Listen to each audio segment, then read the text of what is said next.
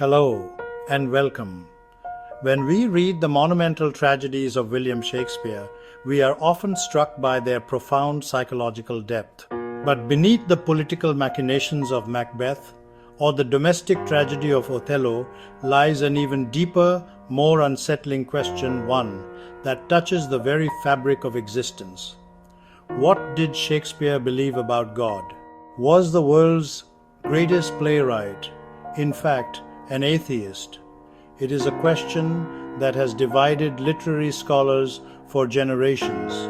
Because Shakespeare left behind no personal diaries, no private letters, and no theological treatises, we are left with a massive puzzle.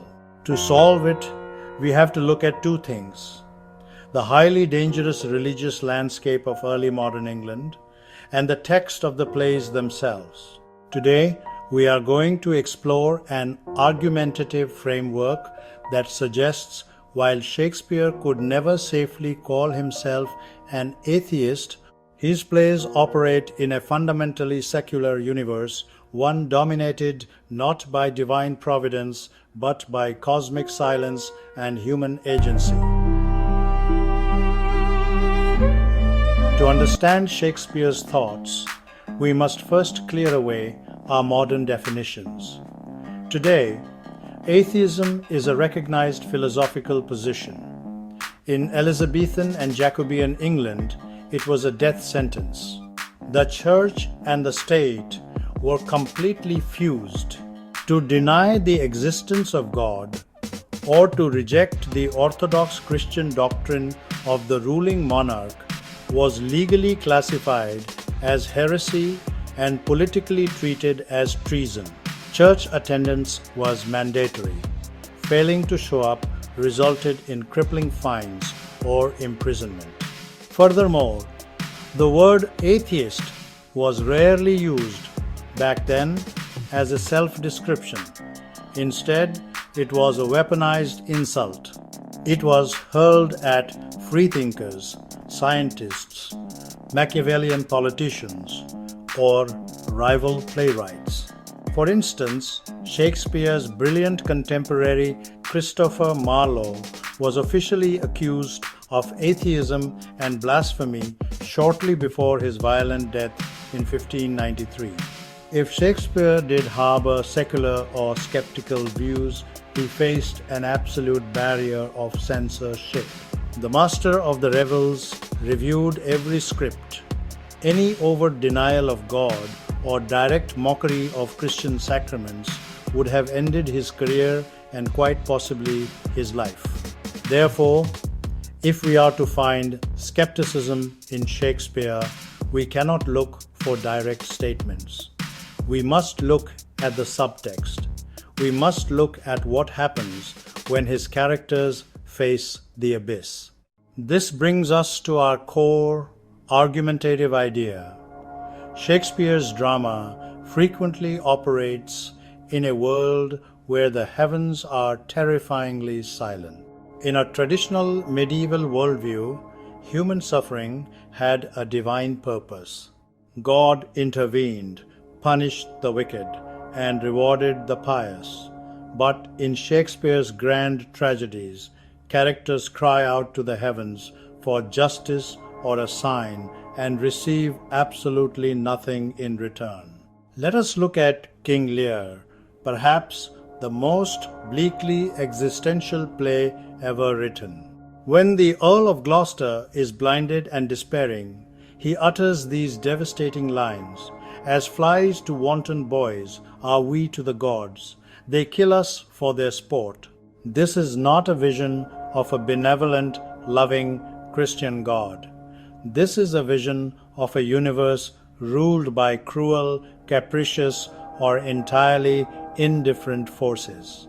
Later in the play, when Lear holds the lifeless body of his innocent daughter, Cordelia, he asks a question that strikes at the very heart of theological comfort. Why should a dog, a horse, a rat have life, and thou no breath at all? The play offers no reassurance of a heaven, no promise of a joyful afterlife, and no divine explanation for her death. The curtain falls on an empty stage and a silent sky. We see this same radical skepticism in Macbeth. Upon hearing of his wife's death, Macbeth does not pray for her soul.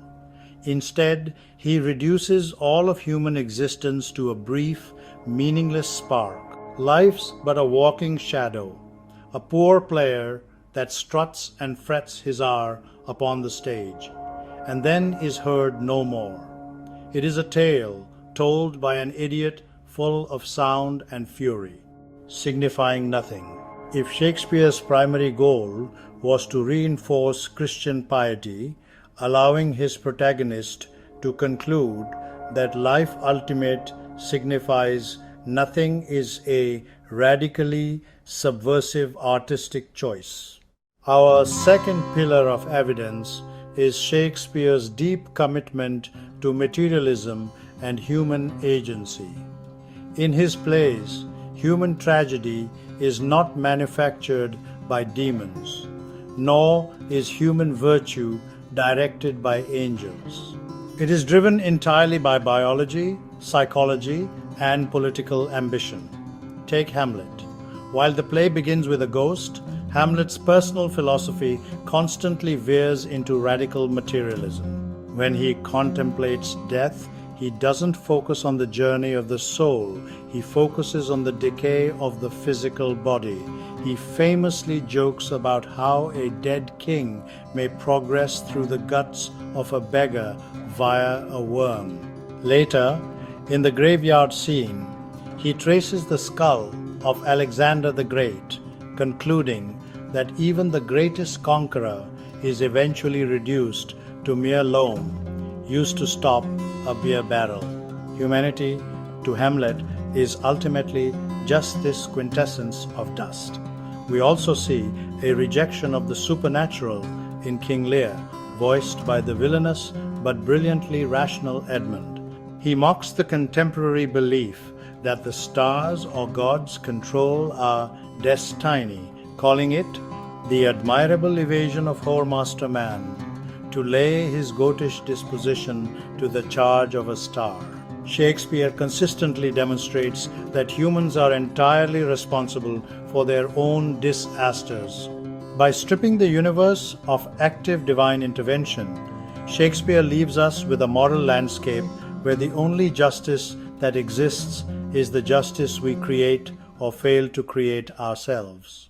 Now, any robust academic argument must address the counter-evidence.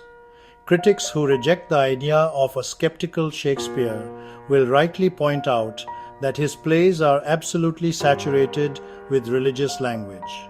Characters constantly reference divine grace, the Bible, and Christian morality. Think of Portia's famous speech in The Merchant of Venice, praising the quality of mercy as an attribute of God Himself. How do we square this with a secular reading? The answer lies in understanding the difference between personal belief and dramatic utility. Shakespeare was a commercial playwright writing for a deeply religious public. Christian theology was the shared language, the cultural vocabulary of his audience. He used biblical allusions because they were the most powerful tools available to evoke an emotional response. When Portia speaks of mercy, or when Othello speaks of damnation, Shakespeare is using those concepts to heighten the dramatic stakes of the story, not necessarily to preach a personal sermon. He gives equal psychological depth and humanity to Christians, Jews, Muslims, and pagans alike.